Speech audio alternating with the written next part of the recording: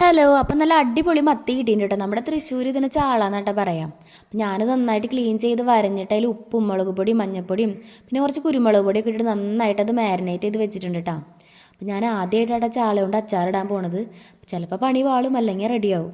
അപ്പോൾ ഇതാ പാനൊക്കെ അടുപ്പത്ത് വെച്ചിട്ട് ഞാൻ വെളിച്ചെണ്ണ ഒഴിച്ചിട്ട് കറിവേപ്പിലൊക്കെ പൊട്ടിച്ച് ഓരോ മീനായിട്ട് ഇങ്ങനെ വെച്ച് കൊടുത്തിട്ടുണ്ട് കേട്ടോ. നന്നായിട്ട് ഇത് മൊരിയിച്ചെടുക്കുന്നുണ്ട്.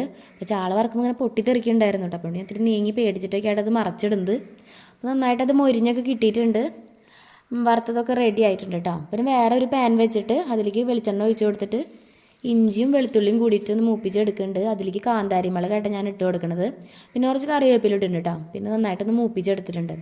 അതിലേക്ക് മഞ്ഞൾപ്പൊടിയും കാശ്മീരി മുളക് പൊടിയും പിന്നെ ഉലുവയും കായം കൂടിയിട്ട് പൊടിച്ചായിട്ട് ഇട്ട് കൊടുക്കുന്നത്. പിന്നെ കുറച്ച് ഉപ്പ് ഇട്ടിട്ട് വിനാഗിരി ഇട്ട് നന്നായിട്ട് തിളപ്പിച്ചെടുത്തിട്ടുണ്ട്. അതിലേക്ക് നമ്മൾ വറുത്ത് വെച്ച മീനും കൂടി ഇടാം. മിക്സ് ചെയ്യുക. വിചാരിച്ച പോലെ പണിയൊന്നും പാളിയിട്ടില്ല. നല്ല ടേസ്റ്റ് ഉണ്ടായിരുന്നു. കുറച്ച് ഡ്രൈ ആയിരുന്നുള്ളൂ.